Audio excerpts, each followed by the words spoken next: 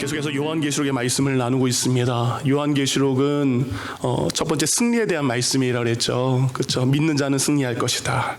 지금은 지는 것 같지만 믿는 자는 승리할 것이다. 교회가 핍박받아서 지금 문 닫을 것 같고 어려울 것 같지만 아니다. 교회가 승리할 것이다. 그 승리의 노래. 근데 그 승리 가운데 우리가 그 승리를 이어갈 수 있는 중간중간에는 우리에게 천상의 예배가 있다고 했습니다. 천상의 예배, 곧 이 땅에 예배를 드리는 자가 끝까지 견디고 버틸 수 있다라는 겁니다.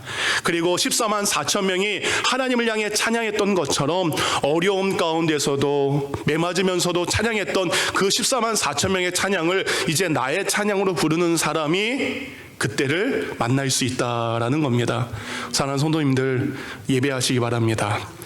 14만 4천이 불렀던 영광의 찬양을 부르시기 바랍니다. 그러면 조금만 버티면, 조금만 더 견디면 우리가 구원 받게 됩니다. 그래서 오늘은 요한계시록 18장이지만 요한계시록 19장에 드디어 우리 구주 예수 그리스도가 내려오시는 장면이 나와요. 근데 우리가 19장을 맞이하기 전에 하나님께서는 우리에게 요한계시록 18장을 주셨습니다. 근데 요한계시록 18장은 그 구원에 앞서서 다시 한번 이 땅을 심판하시는 심판의 내용을 담고 있습니다. 그래서 오늘 요한계시록 18장을 읽으면 아주 큰 성이 있습니다. 아주 견고한 성이 있습니다. 그리고 아주 잘 사는 성 한 성을 소개하는데 그 성의 이름이 바벨론이라고 이야기를 합니다. 그런데 그렇게 크고 강하고 화려하고 부의 상징이었던 그 바벨론 성의 멸망과 심판에 대한 내용이 오늘 요한계시록 18장에 나오고 있습니다. 이 바벨론, 우리가 보통 바벨로니아라는 지역은 메소포타미아 지역에 있습니다. 메소포타미아 4대 문명의 발생지 중에 하나죠. 이 메소라는 것은 사이에 있다라는 것이고 포타미아는 강이라는 뜻입니다. 그러니까 메소포타미아는 강들 사이에 있는 지역으로 우리가 알고 계시면 됩니다. 이 지역은 우리 성경에도 굉장히 자주 언급이 되어 있습니다. 아브라함이 약속의 땅 가나안 땅에 들어가기 전 그가 살았던 곳이 바로 이 메소포타미아 그 지역입니다. 여러분, 성경에 보면 하나님을 대적하기 위해서 어리석은 사람들이 탑을 쌓기 시작했죠. 그 탑이 무엇입니까? 바벨탑.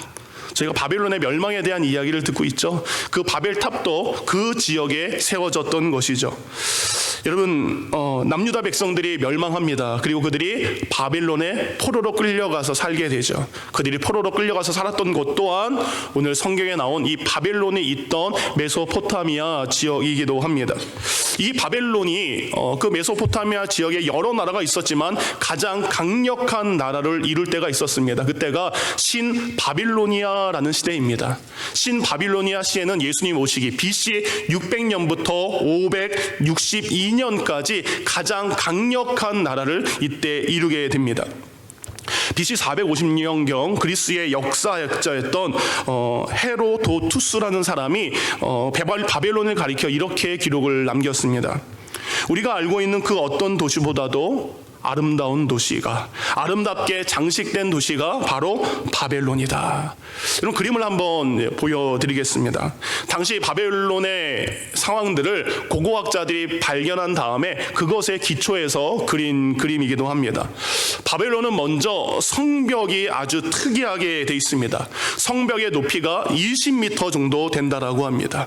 그 20m 놓은 성벽이 하나만 있는 것이 아니라 앞에도 하나가 있고요, 뒤에도 하나가 있습니다. 앞에 있는 성벽은 그 두께가 자그만치 3.7m, 그러니까 저기서부터 이 정도까지 되겠죠. 근데 그것도 모자라서 그 두 번째 있는 성벽의 두께는 자그만치 6.6m 정도가 된다라고 합니다. 그리고 성벽과 성벽 사이에 중간에 길이 있는 것을 여러분이 볼 수 있습니다. 저 성벽과 첫 번째 성벽과 두 번째 성벽에는 전차가, 그러니까 말을 탄 사람들이 지나갈 수 있는 길을 가운데 만들어 놓았다라고 합니다. 그리고 놀라운 것은 성벽을 삥 둘러서 제가 일부 예배 때는 20m라고 했는데 깊이가 20m입니다. 깊이가 20m나 되는 큰 수로를 성 주위로 삥 둘러 만들었다는 거죠. 여러분 정말 난공불락의 요새입니다. 가장 강한 요새입니다. 그래서 이 바벨론으로 들어갈 수 있는 유일한 길은 9개의 다리가 전부였습니다. 그러니까 어떤 적들이 이 바벨론을 공격하기 위해서는 20m의 강을 건너가거나 아니면 저 9개의 다리를 건너간다 할지라도 저 두꺼운 2개의 성벽을 뚫어야만 그 안으로 들어갈 수 있습니다. 그러니까 지구상에 존재했던 가장 안전한 도시 중에 하나가 이 바벨론이었죠. 근데 바벨론은 안전한 도시인가 동시에 가장 아름다운 건축과 조각물들이 가득했다라고 합니다. 다음 사진을 보면 왕이 사는 궁궐 주위에는 이 4가지의 벽돌로 그 궁궐을 만들었다라고 합니다. 파란색 벽돌, 갈색 벽돌, 그리고 황금색이 나는 벽돌, 그리고 흑색, 검정색이 나는 벽돌, 4가지의 벽돌로 왕이 사는 궁궐을 만들었다라고 합니다. 그리고 성 주위에는 40개의 여신들을 섬기는 신전들이 궁궐을 삥 둘러싸고 있다라고 합니다. 그리고 왕의 궁궐에서 가장 잘 보이는 곳에 지하 세계의 여신이라고 할 수 있는 닉막이라는 여신이 그 앞에 신전 자리를 차지하고 있었다고 합니다. 근데 첫 번째 사진과 두 번째 사진에서 여러분이 알 수 있는 건 가운데 큰 조형물을 볼 수 있습니다. 저것을 마르둑이라고 합니다. 마르둑이라는 신을 섬기는 신전이 도시로 들어가는 입구 한가운데 딱 지키고 있습니다. 높이가 자그마치 90m였다라고 합니다. 6개의 구조물로 돼 있었고 각 층마다 서로 다른 색깔의 벽돌로 쌓았었다라고 합니다. 이곳의 이름을 지구라, 땅과 하늘의 기초가 되는 건물 또는 신들의 탑이다라고 불렀다라는 거죠. 신들이 우리를 바벨론을 보호하고 있다라는 겁니다. 하늘과 땅의 기초가 되는 건물로서 우리는 가장 안전한 곳에 살고 있다. 이것이 바벨론 도시의 모형이기도 합니다. 근데 여러분 몇 년 전에 한국의 교육방송 EBS에서 이 바벨론에 대한 특집을 몇 부작으로 나눴던 적이 있습니다. 그때 집중적으로 나왔던 것 중에 하나가 세계 7대 불가사의 중에 하나인 스카이 가든, 하늘 정원에 대해서 집중적으로 EBS에서 나왔습니다. 하늘 정원, 이 하늘 정원에 대해서 1세기의 역사였던 히브리 역사였던 요세푸스는 이렇게 이야기를 하게 됩니다. 이 바벨론의 왕이었던 이름도 참 신기합니다. 네부카드네자르 2세라는 사람이요, 그의 아내 아미티스를 위해서 지은 것이라고 합니다. 이 왕은 국가의 그 이익을 위해서 정략 결혼을 합니다. 아마 어느 나라의 공주였던 것 같습니다. 비록 정략 결혼을 했지만 이 왕비를 굉장히 사랑했다라고 합니다. 근데 사랑하는 이 아내가 이곳에 시집을 왔는데 고향 생각이 난 거예요. 그래서 향수병에 걸린 거예요. 고향에 가고 싶다. 왜냐하면 이 메소포타미아 지역의 이 바벨론은 황량한 사막 한가운데 세워진 도시입니다. 근데 이 왕비가 살던 곳은 숲과 나무와 산들과 꽃들이 우거지는 곳이었어요. 여러분 가끔 우리 어르신들 한국 생각나지 않습니까? 나의 살던 고향은 꽃피는 산골, 그렇죠? 예전에 살던 한국에서 뛰놀던 그곳이 생각나는 것처럼 이 아내가 고향을 굉장히 그리워하게 됐다라고 합니다. 그래서 이 왕은 그 아내를 위해서 이 정원을 만들기 시작했다라고 합니다.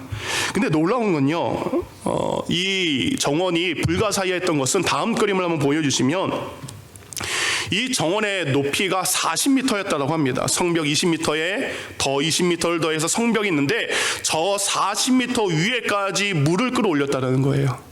그리고 각 층마다 테라스를 만들었고 거기다가 흙을 놨고 거기다가 아내가 좋아하는 온갖 풀과 꽃과 나무들을 누구를 위해서요?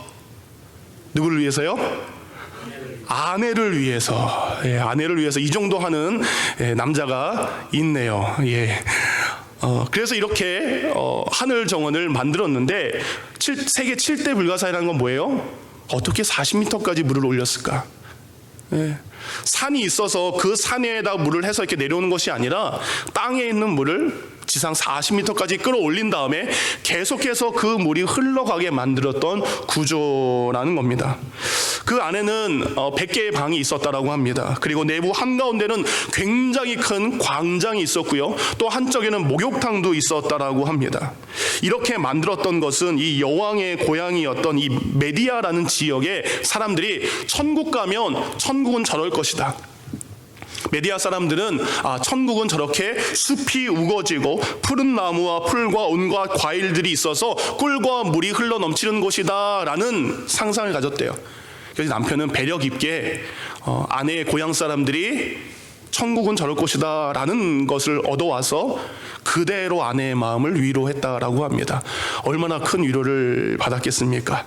그런데 여러분, 이렇게 튼튼하고 이렇게 세상 사람들에게 자랑할 만하고 가장 아름다운 이 바벨론이 멸망했습니다.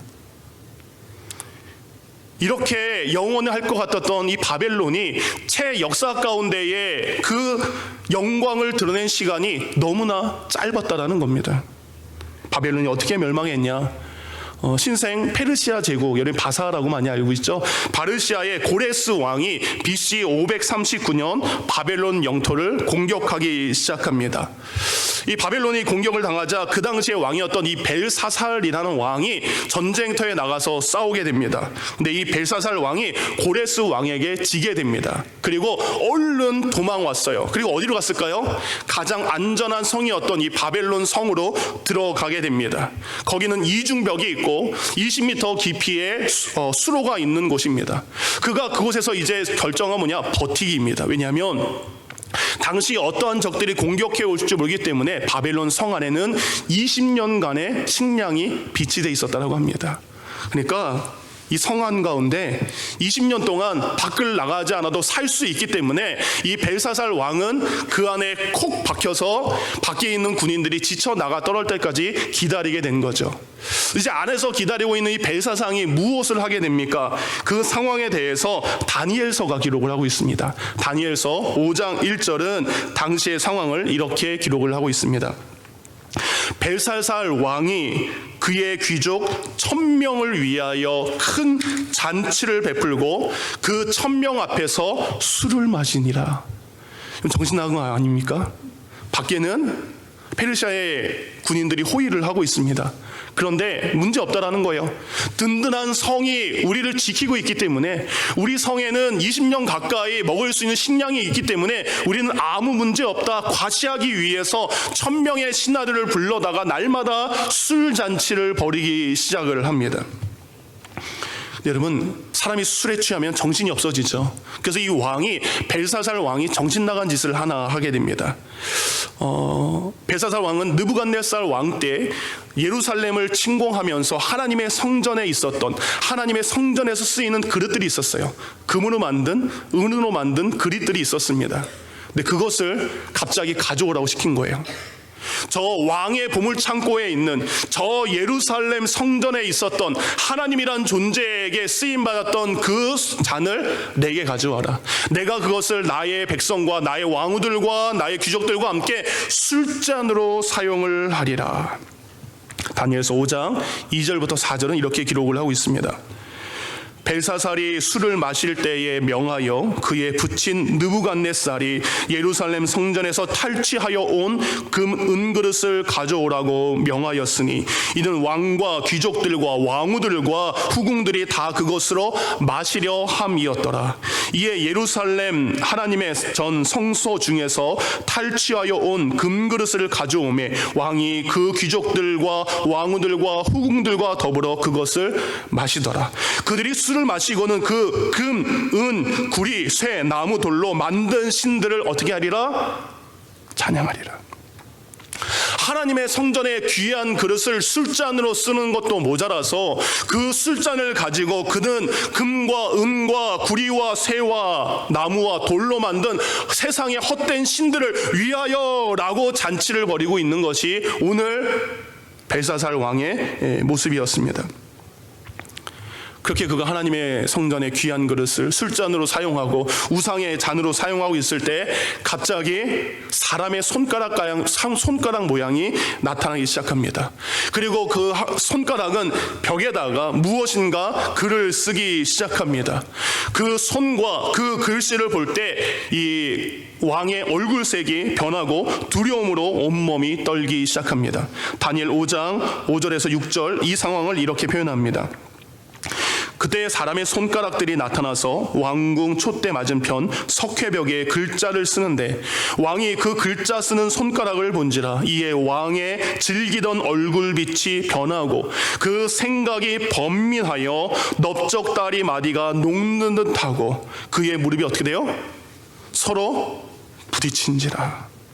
너무나 무서워서 벨사살 왕이 온몸을 떨면서 그 글자가 쓰여진 걸 보게 됩니다.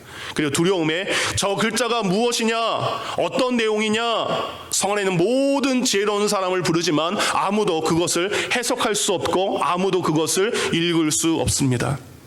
그런데 하나님은 그 바벨론 성 안에 믿음의 사람 다니엘을 두셨습니다.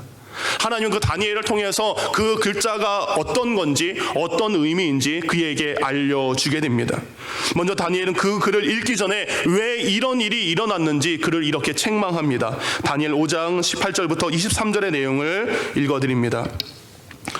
왕이여, 지극히 높으신 하나님이 왕에 붙인 느부갓네살에게 나라와 큰 권세와 영광과 위엄을 주셨고 그에게 큰 권세를 주셨으므로 백성들과 나라들과 언어가 다른 모든 사람들이 그 앞에서 떨며 두려워하였는데 그 뒤로 가서 벨사살 왕이여, 왕은 그의 아들이 되어서 이것을 다 알고도 아직도 마음을 낮추지 아니하고 23절 도리어 자신을 하늘의 주제보다 높이며 그의 성전 그릇을 왕 앞으로 가져다가 왕의 귀족들과 왕후들과 후궁들이 다 그것으로 술을 마시고 왕이 또 보지도 듣지도 알지도 못하는 금, 은, 구리, 새와 나무, 돌로 만든 신상들을 찬양하고 도리어 왕의 호흡을 주장하시고 왕의 모든 길을 작정하시는 하나님께는 영광을 돌리지 아니한지라. 그렇기 때문에 이 손가락이 나타나는 것이고 그렇기 때문에 이 글자가 쓰여진 것입니다. 그리고 그 글자가 무엇인지 다니엘은 이어서 25절에 이렇게 기록합니다. 이러므로 그의 앞에서 이 손가락이 나와서 이 글을 기록하였나니 기록된 글자는 이것이니 곧 메네 메네 데겔 우바르신이라. 그 글을 해석하건대 메네는 하나님이 이미 왕의 나라의 시대를 세워서 그것을 끝나게 하셨다 하며 데겔은 왕을 저울에 달아보니 부족함이 보였다 하며 베레스는 왕의 나라가 나뉘어서 메대와 바사 사람에게 준 바 된 바 하였다 함이라 라고 되어 있습니다. 왕이여, 하나님이 당신을 저울에 달아보았습니다. 근데 당신은 그 기준에 한참 부족한 사람입니다. 당신이 한참 부족한 사람이기에 하나님은 당신을 놓으실 것입니다. 당신의 나라를 나눠서 다른 사람들에게 나누어 줄 것입니다. 곧 당신에게 심판이 임하게 될 것입니다. 벨사살 왕이 하나님을 모독하고 그렇게 잔치를 벌이고 있는 그때 하나님의 손이 그 벽에 글자를 쓰고 있을 때에 고레스의 메대와 바사 연합군이 다시 한번 바벨론 성을 감싸게 됩니다. 그리고 영원히 멸망할 것 같지 않은 그 난공불락의 요새, 누구도 공격할 수 없는 그 성을 BC 539년 10월 13일 하루 만에, 밤 시간 만에 멸망시키고 맙니다. 하나님의 손이 나타나는 그때 그 시간 바벨론 성을 감싸고 있었던 20m의 운하에 물을 공급하는 강의 방향이 바뀌게 됩니다. 그리고 물의 방향이 바뀌게 되면서 물의 수위가 낮아지게 됩니다. 그래서 연합군은 걸어서 그 성을 들어갈 수 있게 되었습니다. 그리고 당시 바벨론 성 안에는 여러 신전들이 있다 보니까 이 신을 섬기는 사제와 저 신을 섬기는 사제의 권력 다툼이 너무나 강하게 있었습니다. 그 중에 한 우상을 섬기는 그들이 밖에 있는 연합군과 연결을 하기 시작합니다. 우리가 당신들에게 성문을 열어주겠어. 우리가 당신들에게 성문을 열어주겠으니 우리를 살려주십시오. 물이 빠지게 되었고, 그리고 이 연합군은 열려진 성문으로 아무런 거 없이, 방비도 없이 술에 취해 있는 그들에게 들어가서 하룻밤에 한 번에 저항도 하지 못한 이들을 심판을 하게 되었습니다. 이것이 역사 가운데 기록되었던 바벨론의 최후의 모습이라는 거죠. 오늘 사도 요한은 그 옛날 멸망했던 바벨론의 멸망의 모습을 다시 한번 하나님을 통해 환상으로 보게 됩니다.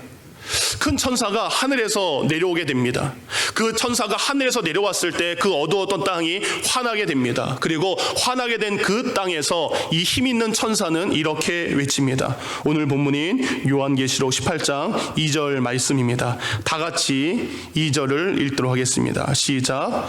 힘찬 음성으로 외쳐 이르되 무너졌도다 무너졌도다 큰 성 바벨론이여 귀신의 처소와 각종 더러운 영이 모이는 것과 각종 더럽고 가증한 새들이 모이는 곳이 되었도다. 이야기합니다.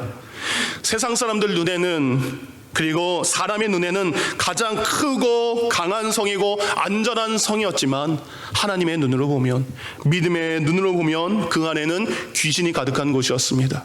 그 안에는 더러운 영이 가득한 곳이었습니다. 그 안에는 가증한 영이 넘치는 곳이었습니다.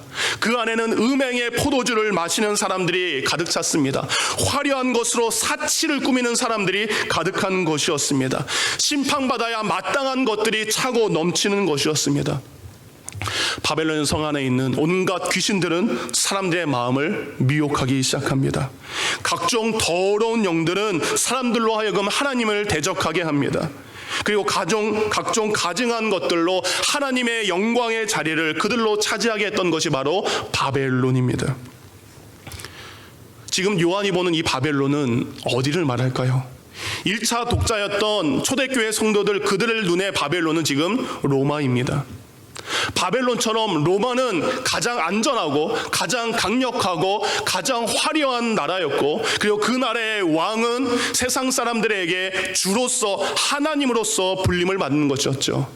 그 로마의 황제를 나의 주로 부르지 않는 이 초대교회 성도들은 고난을 받는 그것이었습니다. 그게 요한의 눈에 보인 이 바벨론은 곧 로마의 나라였고 그 황제였다는 것이죠. 사랑하는 성도님들, 초대교회 성도들에게 로마가 바벨론이었다면 지금 오늘을 사는 우리에게는 바벨론이 어디일까요? 지금 이 시대에도 바벨론이 존재합니다.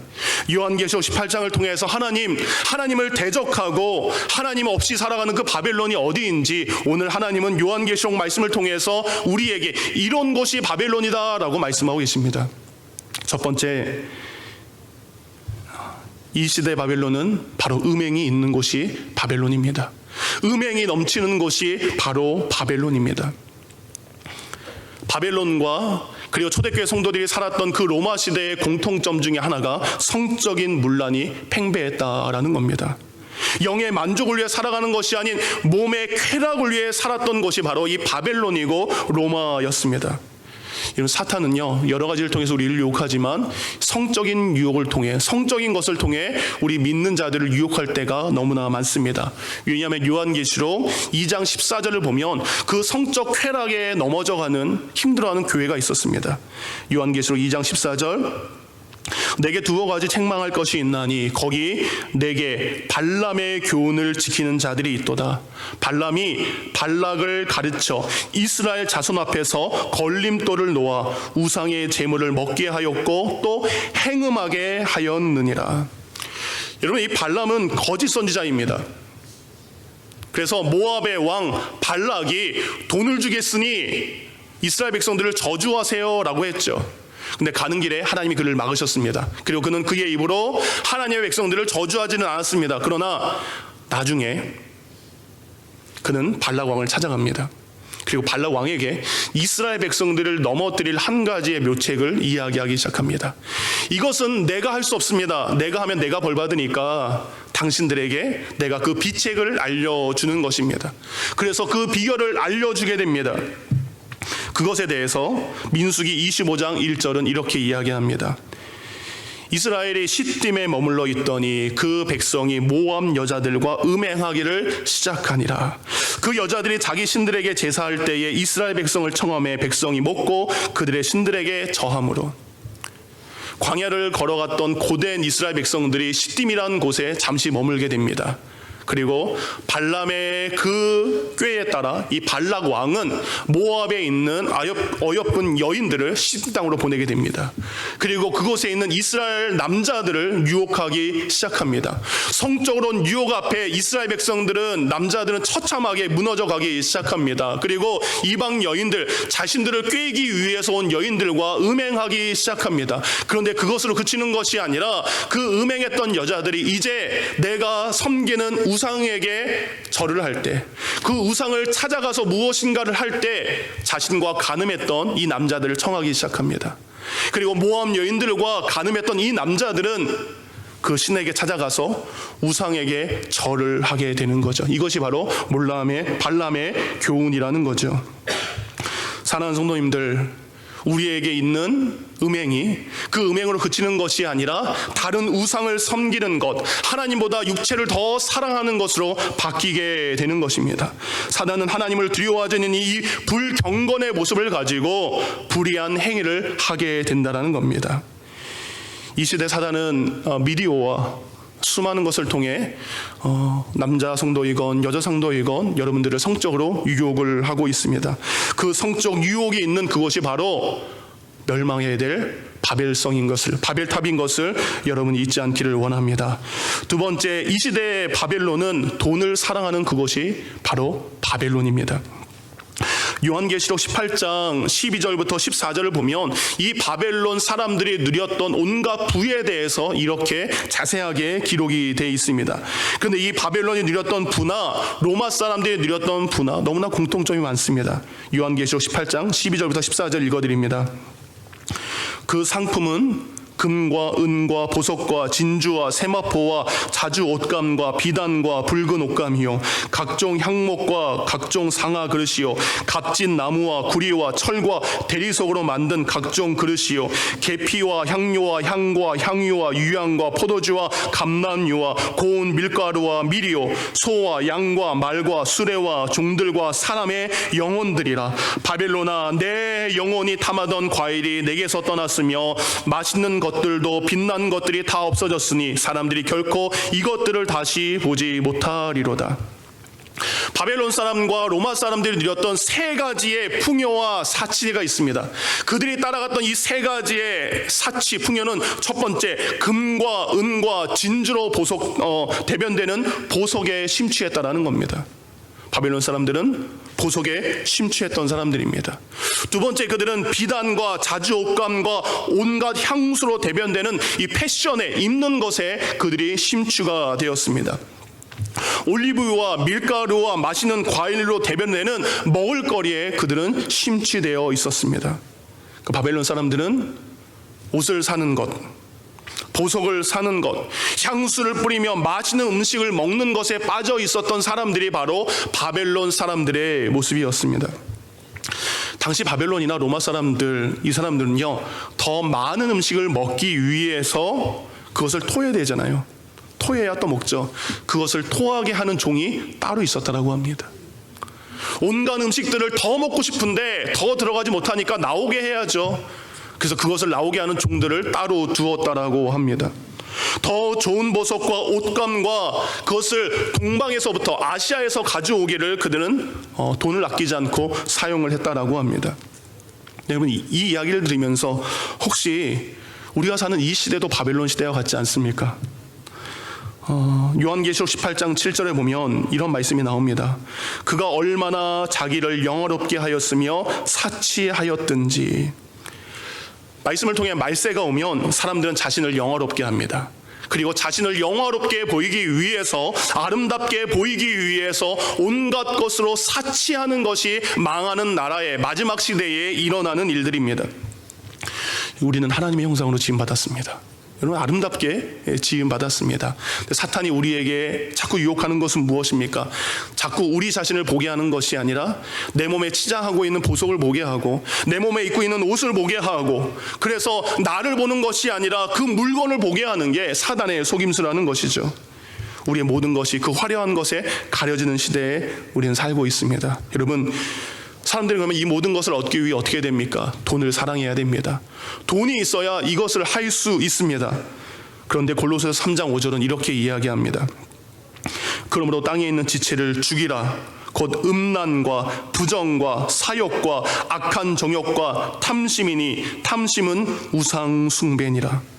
이 땅에 있는 지체, 우리의 몸이 원하는 것이 음란입니다. 그러나 그 음란은 음란에서 끝나지 않고 부정한 것을 탐하게 됩니다. 그러나 부정이 부정에서 끝나지 않고 그 부정은 사욕을 채우기 위한 것으로 됩니다. 그리고 그 사욕은 악한 정욕으로 발전하게 됩니다. 그리고 그 악한 정욕은 탐심으로 가게 되고 그 탐심을 위해서는 우상 숭배까지 마다하지 않게 하게 됩니다. 결국 음란한 것은 부정한 것으로, 탐심은 우상 숭배까지 이어지게 됩니다. 그래서 골로새 3장 6절 바로 뒤에 있는 성경 구절은 이렇게 말씀하고 있습니다. 이것들로 말미암아 하나님의 진노가 임하느니라. 우리가 이런 것들을 따라갈 때 돈을 사랑함으로 하나님의 진노가 우리에게 임하게 된다는 거죠. 디모데전서 6장 9절과 11절을 돈을 보고 돈을 사랑함이 일만하게 뿌리가 된다라고 말씀하십니다. 디모데전서 6장 9절입니다. 부하려 하는 자들은 시험과 올무와 여러 가지 어리석고 해로운 욕심에 떨어지나니 곧 사람으로 파멸과 멸망에 빠지게 하는 것이라. 돈을 사랑함이 일만하게 뿌리가 되나니 이것을 탐내는 자들은 미혹을 받아 믿음에서 떠나 많은 근심으로써 자기를 찔렀도다라고 되어 있습니다.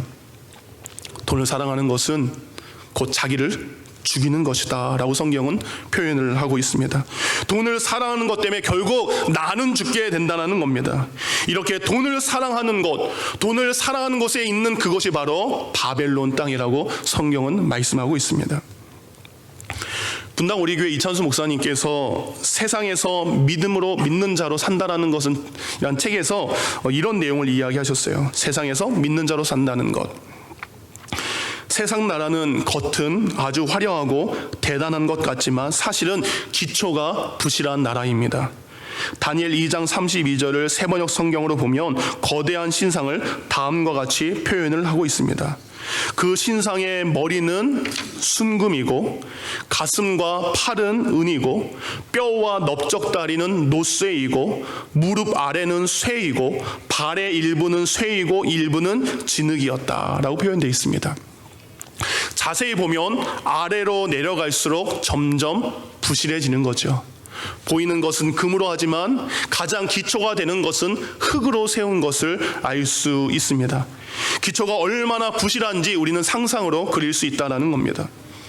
거대하고 화려하지만 기초가 부실한 이 신상, 이 세상 나라를 세운다는 의미, 이 말씀을 묵상하다가 한 사건이 떠올랐습니다. 그것은 바로 삼풍 백화점입니다. 1995년 삼풍 백화점이 붕괴되어 1,500명 가까운 사상자가 난 정말 충격적인 사건입니다. 당시 삼풍 백화점은 강남의 가장 화려한 백화점 중에 하나였습니다. 최고급의 브랜드를 파는 가장 화려한 백화점이었지만 건물의 기초가 얼마나 부실했으면 저것이 붕괴되어서 다음 글을 보면 1,500명의 사상자가 났다라는 거죠. 그 안에는 보석과 그 안에는 명품과 그 안에는 온갖 먹을거리들이 있었지만 그것의 기초가 부실하니 그것이 무너지게 되었습니다. 겉은 화려하게 보이지만 그 기초가 부실한 것이 바로 세상 나라인 것입니다. 사랑하는 성도님들, 바벨론에 속한 사람들은 그들 스스로 마음에 자신을 여왕이라 여깁니다. 자신을 여왕이라 여기는 교만과 오만한 것이 바벨론에 살고 있는 사람들의 모습입니다. 그들은 이렇게 이야기를 합니다. 7절입니다. 그가 얼마나 자기를 영화롭게 하였으며 사치하였든지 그만큼 고통과 애통함으로 갚아주라. 그가 마음에 말하기를, 바벨론 사람이 이렇게 얘기하는 거예요. 나는 여왕으로 앉은 자요 과부가 아니라 결단코 애통함을 당하지 아니하리라. 나는 과부가 되지 않을 것이다. 나는 슬픔을 맛보지 않을 것이다. 나는 어떤 사람인데, 내가 무엇을 가졌는데, 내가 누군데 라는 생각을 불어넣었다라는 겁니다. 사단은 하나님을 의지하지 않고 자신을 구원할 수 있는 힘이 있다고 그에게 불어넣게 되는 거죠. 그가 가진 것, 그가 품고 있는 것, 그래서 그 교만한 마음으로 하나님 없이 살아갈 수 있다는 것, 그것이 바벨론에 사는 사람들의 모습입니다. 그런데 그렇게 사는 사람들, 역사적으로 바벨론이 하루아침에 멸망한 것처럼 이렇게 음행과 사치를 따라가는 사람들 또한 하루아침에 멸망하게 된다는 것을 성경은 말씀하고 있습니다. 여러분, 8절입니다. 그러므로 하루 동안에 그 재앙들이 이르리니 라고 되어 있습니다. 10절입니다. 그의 고통을 무서워하며 멀리 서서 이르되 화이또다 화이또다 큰 성 견고한 성 바벨론이여 한 시간에 내 심판이 이르렀도다. 16절 17절입니다. 화이또다 화이또다 큰 성이여 세마포 옷과 자주 옷과 붉은 옷을 입고 금과 보석과 진주로 꾸민 것인데 그러한 부가 한 시간에 망하였도다 라고 되어 있습니다. 평생 쌓아놓은 것, 그것은 하나님이 진노하실 때 한 시간도 채 되지 않아 멸망할 수밖에 없다라는 겁니다. 그렇다면 지금 우리가 혹시 이 바벨론에 살고 있다면, 혹시 우리가 살고 있는 그곳이 바벨론이라면 우리 그리스도인들이 어떻게 해야 됩니까? 성적인 유혹들이 끊임없이 우리에게 밀려오고 있고 세상적인 사치가 우리의 마음감에 끊임없이 들 때 우리가 무엇을 선택해야 됩니까? 그때 하늘의 음성이 요한에게 들립니다. 그 음성은 우리 주 예수 그리스도의 음성입니다. 요한계시록 18장 4절 말씀 다 같이 우리가 들어야 될 말씀입니다. 함께 읽겠습니다. 시작. 또 내가 들으니 하늘로부터 다른 음성이 나서 이르되 내 백성아 거기서 나와 그의 죄에 참여하지 말고 그가 받을 재앙들을 받지 말아라. 내 백성아 라고 이야기합니다. 나의 핏값으로 산 나의 백성들아 거기에 있지 말고 그곳에서 참여하지 말고 그 재앙을 받아들이지 말고 어떻게 해라? 나와라 라고 이야기하십니다. 이사야 19장 18절에 보면 장망성이라는 단어가 나옵니다. 장망성은 장차 멸망할 성을 줄여서 이야기하는 것이죠. 여러분, 삼풍백화점이 장차 망할 곳을 알았다면 우리는 어떻게 해야 됩니까? 그곳을 빠져나와야 됩니다. 그곳을 빠져나왔다면 그는 살았을 것입니다. 그러나 그것이 장차 멸망할 곳을 알지 못했기 때문에 그곳에 머물러 있는 거죠. 그래서 예수님은 우리에게 말씀하십니다. 그곳이 멸망할 것이기에 나의 음성을 듣고 그곳에서 빠져나와라. 나와야 살 수 있다는 겁니다. 그 안에 명품이 있고 그 안에 보석이 있고 그 안에 온갖 좋은 음식들이 있다 할지라도 장차 무너질 곳이라면 그곳에 머물지 않고 세상으로 주님 품으로 나와야 된다라는 거죠. 우리가 4절 말씀처럼 장망성 바벨론에서 우리가 해야 될 일은 하나님의 음성을 듣고 거기서 나음으로 그들의 죄악에 참여하지 않는 것, 그것이 우리가 해야 될 선택입니다. 말씀의 결론입니다. 창세기 13장에 보면 아브라함의 조카 롯이 아브라함과 헤어지면서 한 땅을 선택하게 됩니다. 저 멀리 보이는 소돔과 고모라 땅을 선택하게 됩니다. 거기는 번성한 도시였습니다. 자기가 키운 양을 얼마든지 좋은 가격에 팔 수 있는 그곳으로 롯은 선택해서 가게 됩니다. 그렇지만 그곳은 장차 멸망할 성이었습니다. 창세기 19장을 통해 하나님께서는 아브라함에게 그리고 롯에게 장차 멸망할 성이 바로 소돔과 고모라인 것을 알게 해주십니다. 그 소식을 들은 롯은 그의 가족들과 무엇을 합니까? 아무것도 가져 나오지 않습니다. 유황과 불의 심판이 곧 임할 것을 알기 때문에 그는 아무것도 가지지 않고 사랑하는 가족들과 함께 그것을 빠져나오게 됩니다. 그가 빠져나온 순간 유황과 불의 심판이 그곳에 임하게 됩니다. 하지만 롯의 아내는 아쉬움이 있었던 것 같습니다. 그곳에 남겨두었던, 평생토록 자기가 일해서 모았던 수많은 것들이 그곳에 있어서 고개를 돌리는 순간 그는 소금 기둥이 되고 말았다는 거죠. 그곳에 아무리 좋은 것이 있어도, 아무리 눈에 보이기 좋은 화려한 것이 있어 할지라도 장망성은 장망성이라는 것이죠. 계속 거기 있으면 죄를 범하게 됩니다. 계속 거기 있으면 같이 멸망하게 되는 것입니다. 사랑하는 성도님들, 장망성 바벨론이 우리에게 주는 쾌락과 사치와 권력과 편안함에 우리가 취하면 안 됩니다. 죄의 달콤함은 잠시입니다. 그렇지만 그 뒤에 뜨거운 심판이 기다리고 있다는 거죠. 음행이 있는 곳, 사치가 있는 곳, 돈을 사랑함이 있는 그곳, 그래서 하나님보다 음행을 따라가고 하나님보다 돈을 따라가고 하나님보다 자신을 더 사랑하는 그곳에 하나님의 심판이 임하게 됨을 우리가 잊지 않기를 원합니다. 그러기에 우리는 육신의 쾌락을 먼저 구하기보다 영을 위해 살아가는 주의 백성이 되기를 원합니다. 사치와 돈을 따라가기보다 마태복음 6장 33절 말씀과 같이 먼저 그의 나라와 그의 의를 구하기를 원합니다. 마지막 로마서 14장 17절 말씀을 읽어드리고 마칩니다. 하나님의 나라는 먹는 것과 마시는 것이 아니요 오직 성령 안에 있는 의와 평강과 희락이라. 이 땅에서 먹고 마시는 것에 우리 너무 많은 에너지를 쏟지 않기를 원합니다. 오직 성령 안에서 의를 행하고 평강을 증거하고 이웃과 희락의 기쁨을 나눌 수 있는 주의 성도가 되기를, 그래서 그 마지막 날 예수 그리스도가 우리에게 임하셨을 때 구원주로 맞이할 수 있는 귀한 성도가 되기를 주님의 이름으로 축원합니다. 이 시간 듣는 말씀을 생각하며 기도하겠습니다.